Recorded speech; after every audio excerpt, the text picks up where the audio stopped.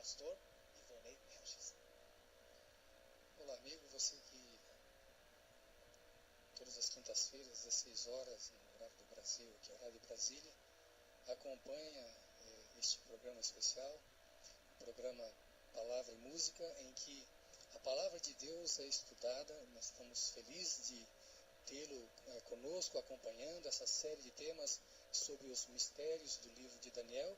Aliás, na Bíblia, mistério não é algo que seja impossível de se conhecer, mas na verdade é algo que esteve oculto e que passou a ser revelado. Então é uma alegria tê-lo conosco nesta tarde para conhecermos um pouco mais sobre a profecia, sobre a Palavra de Deus. Quero convidá-lo, antes de abrirmos, antes de estudarmos a Bíblia, a fazermos uma oração. Nosso Pai que estás nos céus, nesse instante vamos estudar a Tua Palavra. Rogamos o Teu Espírito para que possamos aprender as Tuas verdades, não somente para termos conhecimento da Tua Palavra, mas também que o Teu Espírito nos dê o poder para obedecer a Tua voz. Em nome de Jesus, nós te agradecemos. Amém. Muito bem, meu amigo, ao longo de 3 meses você esteve estudando sobre o livro de Daniel. Partes históricas, partes proféticas, algumas delas já se cumpriram, outras ainda por se cumprir. E hoje nós vamos encerrar esta série de estudos tratando do capítulo 12. Aliás, eu gostaria que você, se tiver com a Bíblia em mãos, pudesse abri-la em Daniel capítulo 12, o verso 10. Está escrito assim: muitos serão purificados, embranquecidos e provados, mas os ímpios procederão impiamente, e nenhum dos ímpios entenderá, mas os sábios entenderão. Então eu tenho um desafio para você hoje, já que esse texto diz que a respeito das profecias nos últimos dias, somente os sábios, os prudentes entenderão. O meu interesse é que você possa, nesta tarde, prestar muita atenção e, em espírito de oração, procurar compreender o que a Palavra de Deus tem para nós a respeito da revelação dos últimos dias. Aliás, este assunto do capítulo 12, dos primeiros 4 versos, o próprio profeta Daniel quis entender. E Deus falou para ele que ele não iria entender, porque as partes da profecia de Daniel, que se referiam ao tempo do fim, não eram interessantes para o profeta. Era interessante que ele pudesse transmitir esta profecia, ou estas mensagens, mas a compreensão viria apenas no tempo do fim, quando justamente essas profecias estariam se cumprindo. Aliás, eu gostaria de ler com você o verso 8, que diz assim: eu, pois, ouvi, mas não entendi. Por isso eu disse: Senhor meu, qual será o fim dessas coisas? Então Deus disse para Daniel, olha, verso 9, vai Daniel, porque estas palavras estão fechadas e seladas até ao tempo do fim. Hoje nós vamos compreender um pouco o que a Bíblia quer dizer com a expressão tempo do fim. Eu queria chamar a sua atenção para algo paralelo ao tema de hoje, mas que reputo de importância. Porque aqui fala também que Daniel iria repousar, no verso 13, ele iria morrer, mas que ao final dos dias ele receberia então a sua recompensa. Eu quero chamar a sua atenção então para o verso 13 que diz: tu, porém, vai até o fim, porque repousarás e estarás na tua sorte no fim dos dias.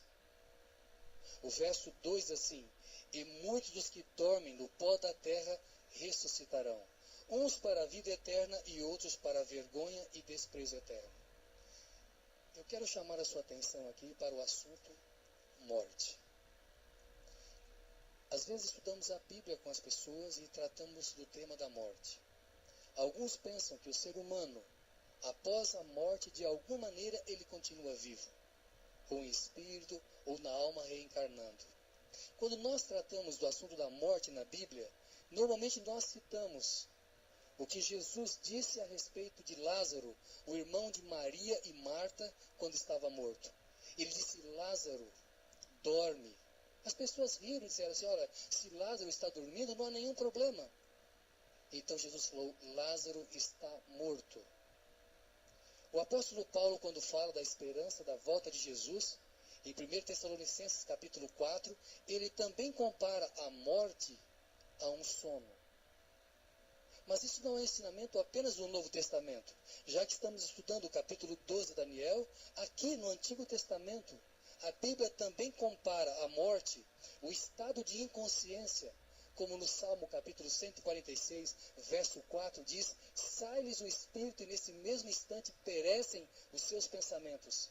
O que a Bíblia ensina, de Gênesis a Apocalipse, da criação do homem, a recriação do homem, quando Jesus voltar, é que a morte é um estado de inconsciência. Por isso aqui, Gabriel, comunicando o ensinamento para a visão, para a informação da visão para Daniel, diz assim: muitos dos que dormem no pó. E a referência, então, aqui é o próprio Daniel e a sua morte. Repousarás. Bem, mas vamos entrar aqui no contexto do capítulo 12, e eu gostaria de ler com você a partir do verso 1.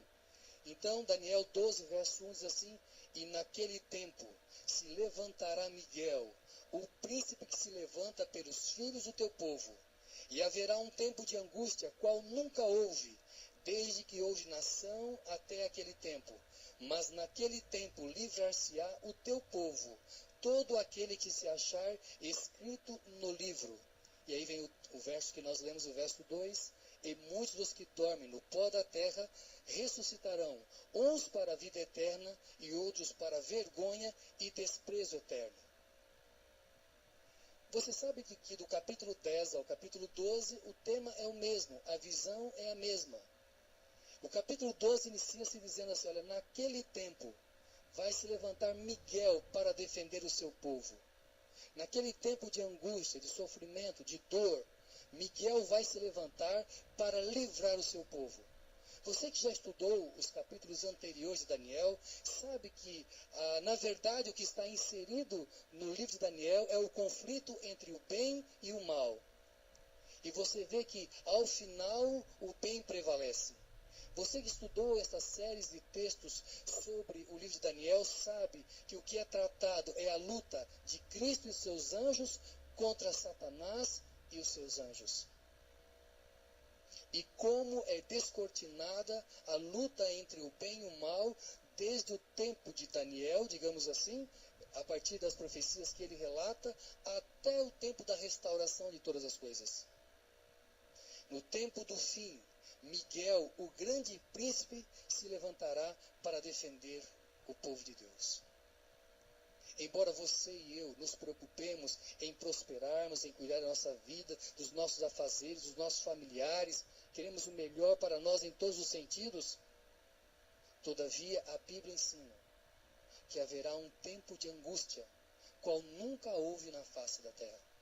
Quando você estuda a história do cristianismo, desde o seu início o cristianismo foi marcado com a doação de vida, com mártires. A angústia sempre prevaleceu sobre os justos. Porém, a Bíblia diz que nos últimos dias haverá um tempo de angústia qual nunca houve, porque esta angústia vai envolver não somente os justos, os filhos de Deus, mas também aqueles que estarão trazendo sofrimento para os justos. Aqui está falando de um período que tem que ver com Apocalipse capítulo 16. Quando você estuda Daniel, você tem que relacioná-lo como um livro profético com o livro de Apocalipse.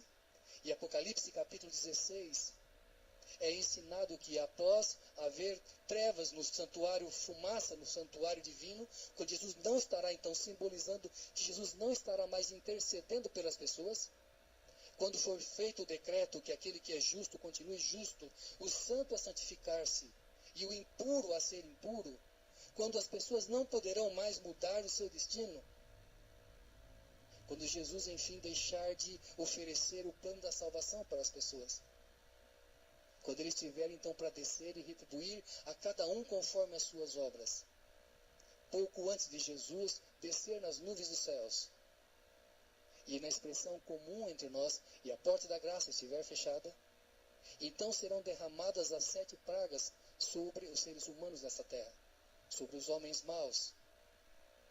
Começam com a praga da chuva, das chagas, depois vem os rios se transformando em sangue, os mares, o aquecimento da terra aumentando.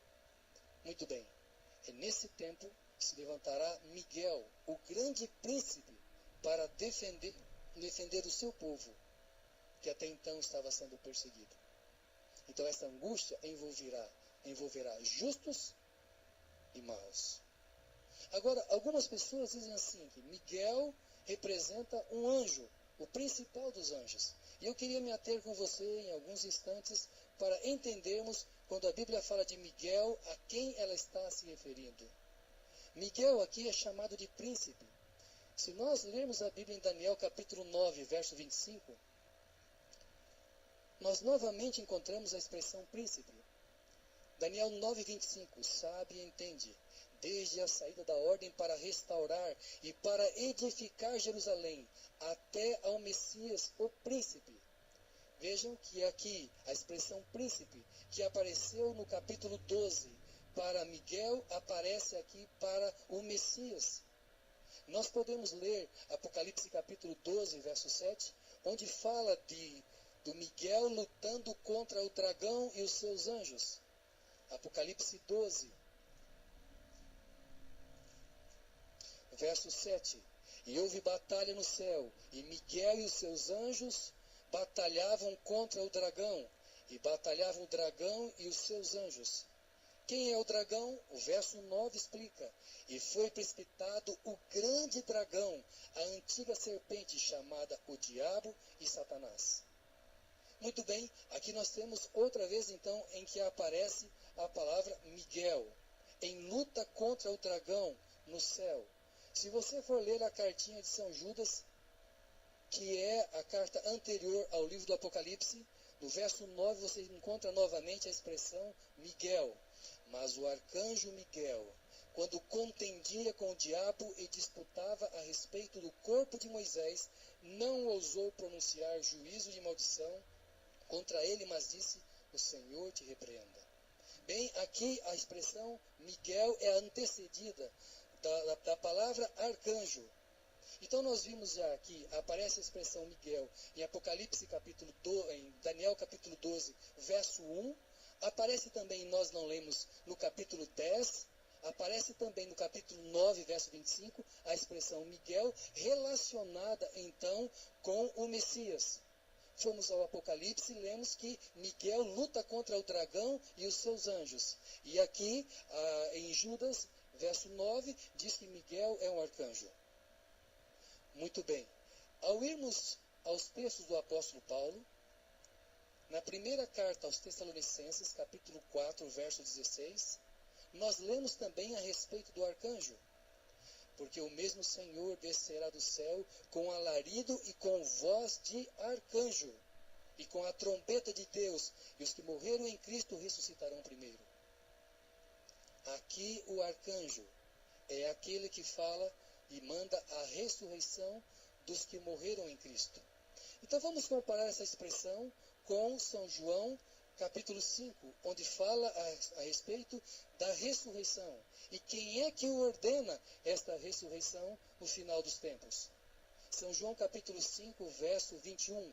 Pois assim como o Pai ressuscita os mortos e os vivifica, assim também o Filho vivifica aquele que quer. Verso 25. Em verdade vos digo que vem a hora, e agora é, em que os mortos ouvirão a voz do Filho de Deus, e os que a ouvirem viverão. Versos 28 e 29. Não vos maravilheis disto, porque vem a hora em que todos os que estão nos sepulcros ouvirão a sua voz, e os que fizeram o bem sairão para a ressurreição da vida, e os que fizeram o mal para a ressurreição da condenação. Muito bem, Miguel é o arcanjo. E o arcanjo é aquele que chama os homens para a vida, para a ressurreição. Alguns para a ressurreição da vida e outros para a ressurreição da condenação. E o texto aqui de São João diz que quem vai chamar as pessoas para a vida eterna, ou para o juízo e a condenação eterna, é o Filho de Deus, é o Senhor Jesus. Então a palavra arcanjo se refere ao próprio Jesus, que comanda os exércitos celestiais dos anjos. Aliás, a palavra Miguel quer dizer quem é como Deus. Então esse título é dado para Jesus quando ele está em batalha contra Satanás a favor do ser humano, da salvação do ser humano. Então esse é um título de batalha do Senhor Jesus, nesse grande conflito entre o bem e o mal. Aliás, você sabe que Lúcifer, depois da queda de Satanás, é quem almejou, segundo está em Isaías capítulo 14, versos 12 a 14, almejou ser semelhante ao Altíssimo. Então, o próprio título, Miguel, quem é como Deus, é uma resposta a Lúcifer, a Satanás. Você quer ser como Deus? Não lhe é dado este privilégio, este poder. Nós vamos continuar, então, o estudo no capítulo 12.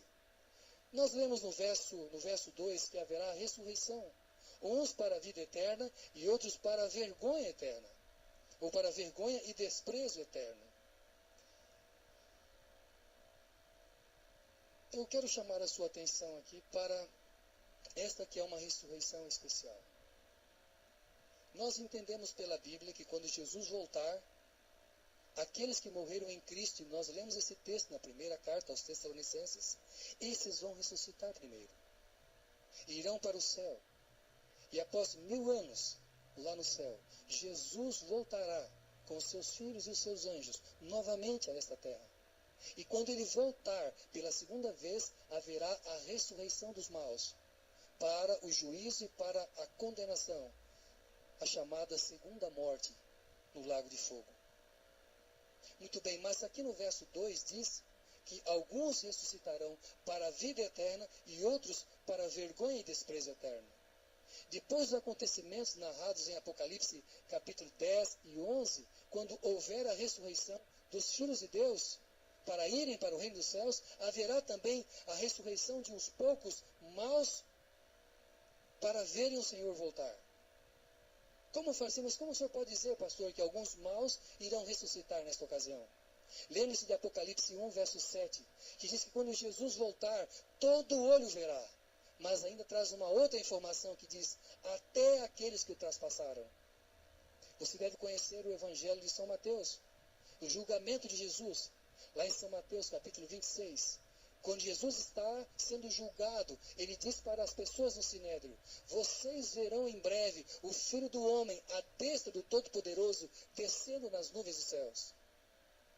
Quer dizer, aqueles que crucificaram Jesus hão de ressuscitar numa ressurreição especial para verem aquele que eles colocaram na cruz.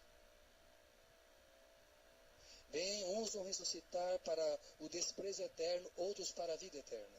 O verso 3 fala que os sábios vão resplandecer com o resplendor do firmamento, ou seja, no reino de Deus para sempre, como as estrelas. E aqui então eu quero dizer para você, você que é sábio, você que passou a conhecer, a entender os escritos de Daniel, e que está prudentemente ensinando isto para outras pessoas, a você é dada esta promessa.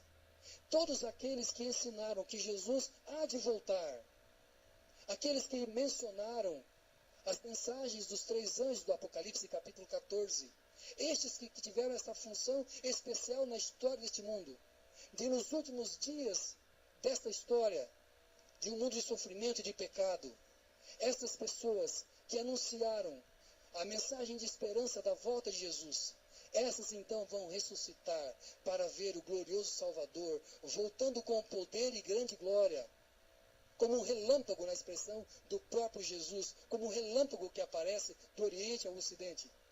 Essas pessoas irão contemplar o Salvador e vão dizer, esse é o nosso Deus em quem aguardávamos.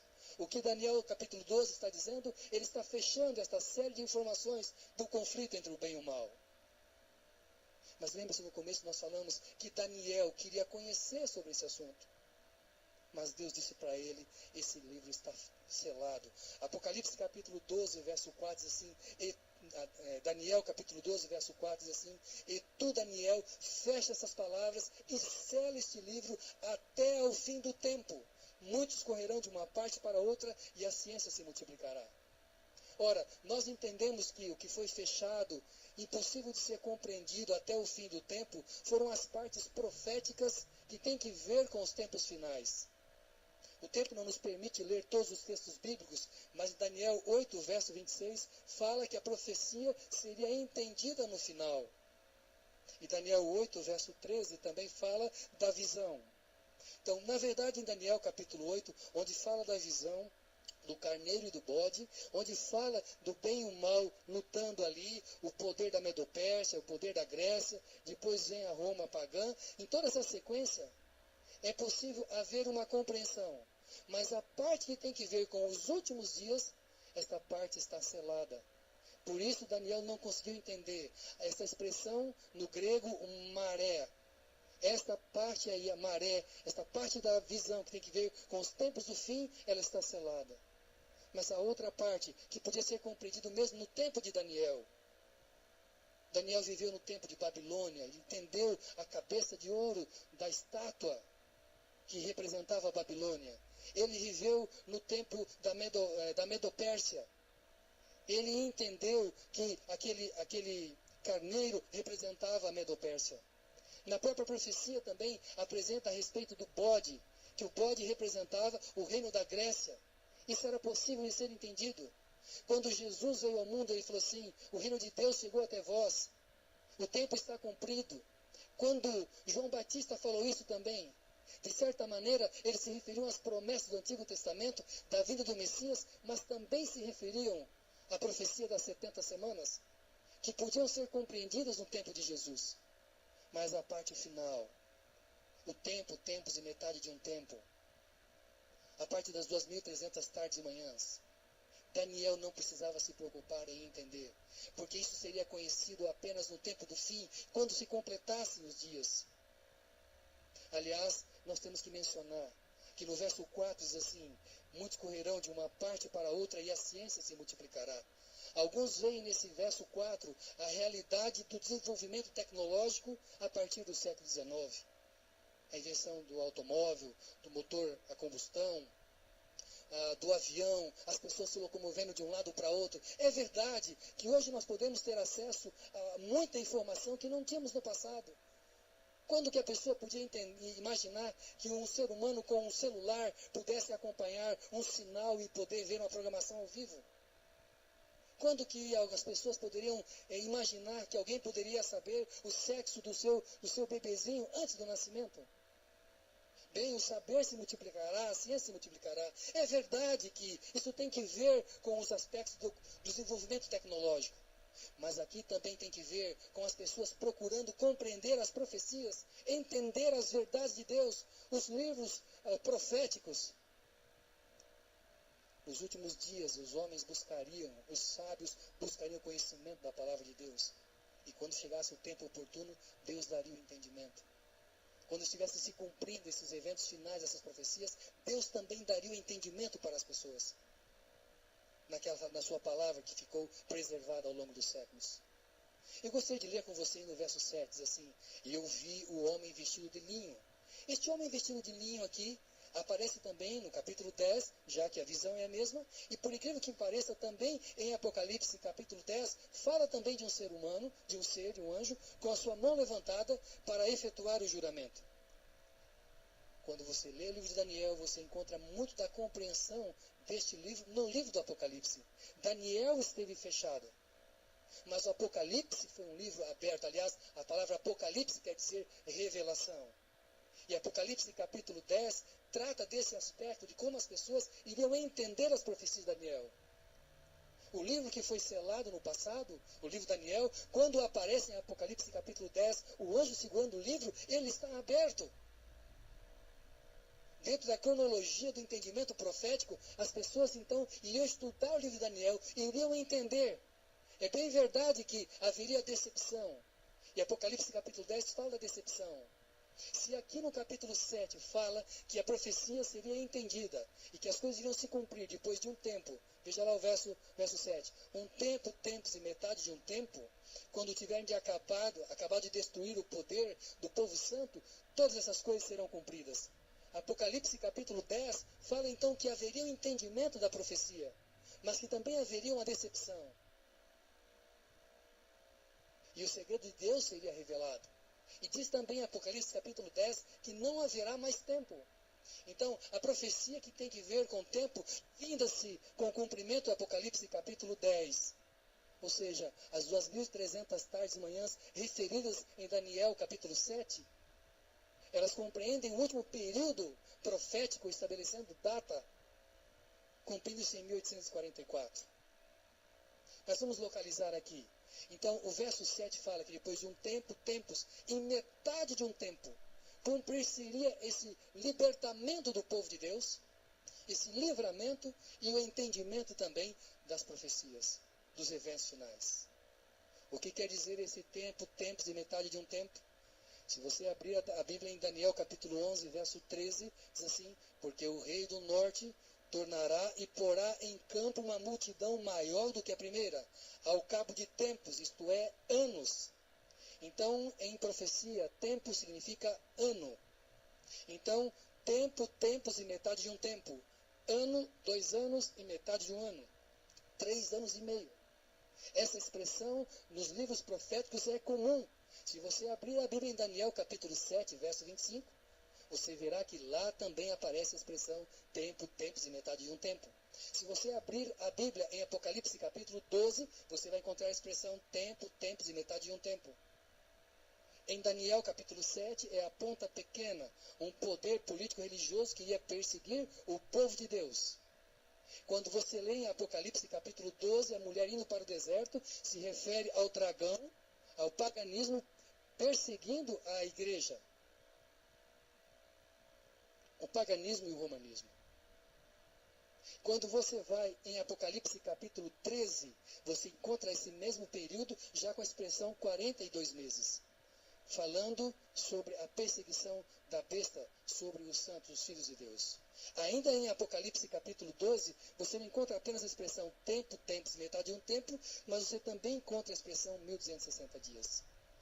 Então, 3 anos e meio no calendário lunar equivale a 1260 dias, que em profecia cada dia representa um ano.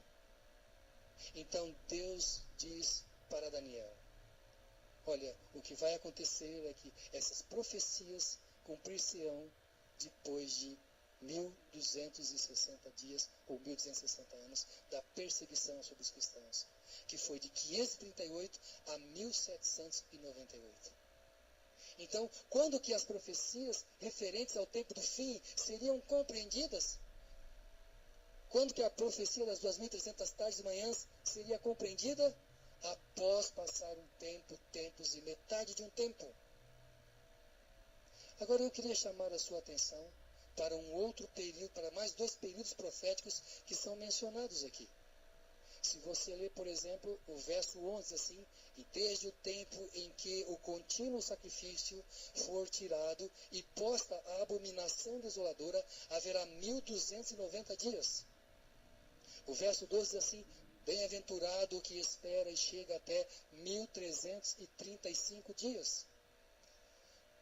Então existem diferentes estudos, preocupações com relação a essas 2 profecias. Os que entendem que aqui tem que ver com o sacrifício contínuo, a representação do trabalho de Jesus no santuário celestial, a obra de Jesus sendo maculada pelo poder do mal aqui na terra, já que esta ponta pequena mencionada nos capítulos anteriores de Daniel, que você viu que é um poder político-religioso que iria se levantar contra Cristo, que iria desmerecer, ofuscar a obra salvadora de Cristo, intercessora no santuário celestial, aqui na terra. Então, com atividades aqui na terra, pessoas se assentando no trono de Deus como se fosse o próprio Deus, oferecendo ao ser humano o perdão dos pecados, que é uma prerrogativa apenas de Deus. Por exemplo, Alfonso de Ligori, ele escreve no seu, em uma das páginas do seu livro, Duties and Dignities of the Priests, os deveres dos sacerdotes, ele diz que quando o sacerdote diz ego te absolvo, eu te absolvo, ele está assumindo o poder do Criador do Criador. Então, aqui o que está mencionando é que esse poder que especialmente durante 1260 anos exerceria uma perseguição cruel sobre o povo de Deus e desfiguraria a obra de Cristo no santuário celestial como o único intercessor entre o homem e Deus, aquele que disse: eu sou o caminho, a verdade e a vida, ninguém vem ao Pai senão por mim. Então, se esse período de 1290 dias tem que ver com o início do ofuscamento desta obra de Cristo no santuário celestial, com o crescimento do poder dessa ponta pequena, desse poder político-religioso, então alguns veem na conversão de Clovis, o rei dos francos, para o romanismo religioso como o início dessa profecia. Então, seria de 408 depois de Cristo, mais 1290 dias, chegar-se-ia a 1798, exatamente o ano do encerramento dos 1260 dias. Partindo dessa mesma data de 408, chegar-se-ia, então, os 1335 dias ou anos, chegar-se-ia, então, a 1843, o início do reavivamento adventista na América do Norte. A mensagem dada a um povo para que entendesse a respeito da volta de Jesus. O que o livro de Daniel, capítulo 12, está nos dizendo? Está nos dizendo o seguinte: o poder do mal há de prevalecer ainda por um tempo. Satanás e os seus anjos ainda vão influenciar poderes para perseguirem o povo de Deus. Mas no final, Miguel, no final Jesus se levanta, vendo o seu povo angustiado, sofrendo a perseguição dos maus, e vai retribuir aos ímpios de acordo com as suas obras.